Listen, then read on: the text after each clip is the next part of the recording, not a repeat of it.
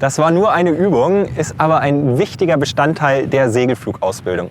Wir sind heute hier an der Segelflugschule Oerlinghausen und versuchen Fragen zu beantworten, wie die Ausbildung abläuft, wie lange sie braucht und was es kostet.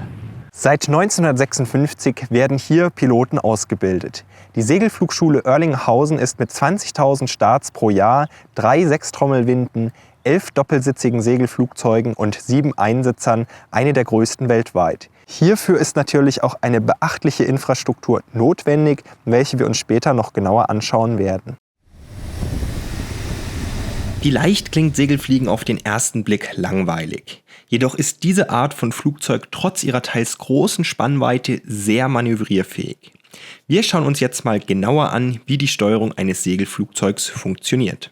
Es ist leider kein Auto, das heißt, wir befinden uns in der Luft, in einem dreidimensionalen Raum, können uns dort komplett frei bewegen. Das ist eigentlich auch das, was mir am meisten Spaß macht beim Segelfliegen. Aber dadurch wird es natürlich komplexer. Beim Autofahren kann man einfach lenken, das heißt, man macht eine Kurve. Beim Segelflugzeug hat man halt auch die Möglichkeit zu drücken, zu ziehen, kann Kurven machen und so weiter.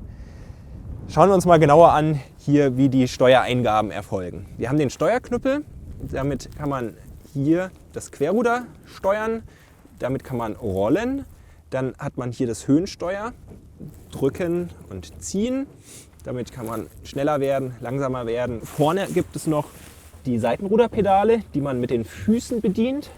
Und was man halt dazu wissen muss, ist es nicht so einfach. Man muss nicht nur eine Sache bedienen, sondern um eine Kurve zu machen, muss man alle 3 Eingabemöglichkeiten koordiniert im richtigen Maß bedienen, dass man eine schöne Kurve fliegt, dass die Fahrt gleich bleibt, dass die Querneigung gleich bleibt. Und das ist am Anfang der Ausbildung sehr, sehr wichtig, das zu erlernen. Dann kommt natürlich auch noch der Start und die Landung dazu.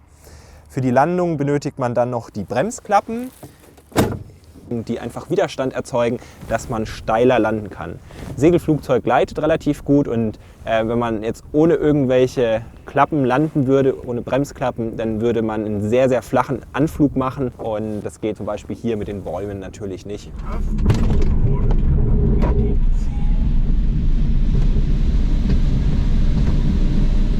Hier am Flugplatz lernst du sehr gut mit einem Team zusammenzuarbeiten, was du vielleicht noch gar nicht kennst. Morgens beim Briefing siehst du die Leute vielleicht zum allerersten Mal. Je öfter du herkommst, ist die Wahrscheinlichkeit auch größer, dass du wieder Leute kennst oder wiedererkennst. Das ist dann irgendwie ein schönes Gefühl, so als würdest du zu einer Flugfamilie zurückkommen.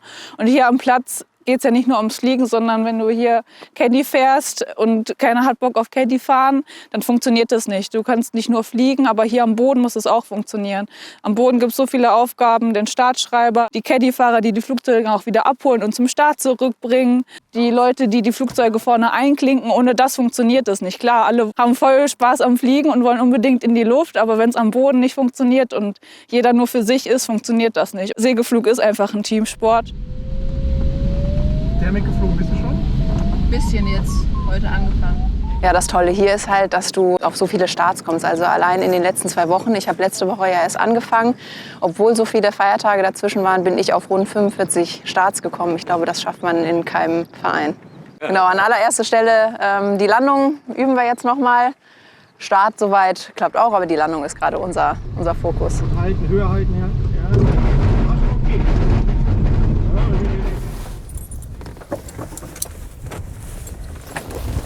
So, ich check jetzt, ob die Ruder freigängig sind, die Trimmung korrekt eingestellt ist und ich teste die Störklappen. Okay. Der Luftraum ist auch frei. Dann einmal ein Blick zum Windsack und dann kann die Haube zugemacht werden. Aus. Ein.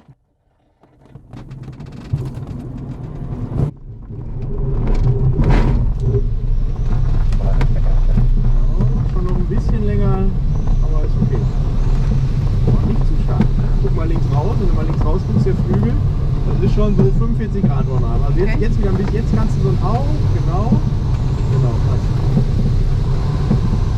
So ist schön, so ist schön. Die Anfängerschulung erfolgt in einem Doppelsitzer. Dabei sitzt der Fluglehrer hinten, der Flugschüler vorne und man erlernt das Fliegen von Start bis Landung. Man wird auch auf unvorhersehbare Situationen vorbereitet, zum Beispiel auf einen Seilriss beim Start, wo man sehr schnell richtig reagieren muss. Wenn dann die Übung ausreichend ist und ein zweiter Fluglehrer das Go gibt, ist es Zeit für den ersten Alleinflug.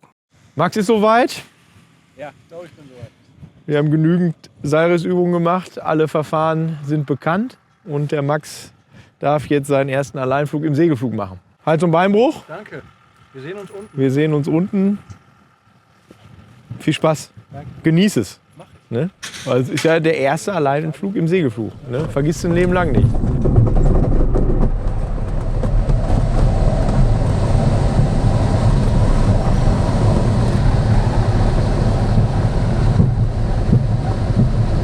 Fantastisch.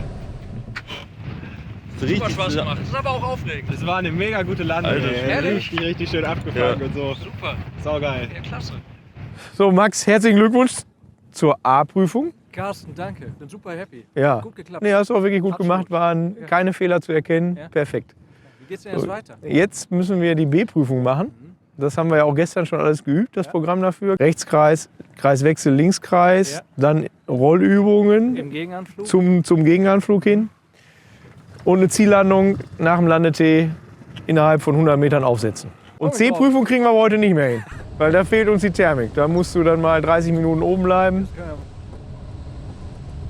Neben der praktischen Segelflugausbildung gibt es natürlich noch Theorieunterricht, welcher auch an der Segelflugschule angeboten wird.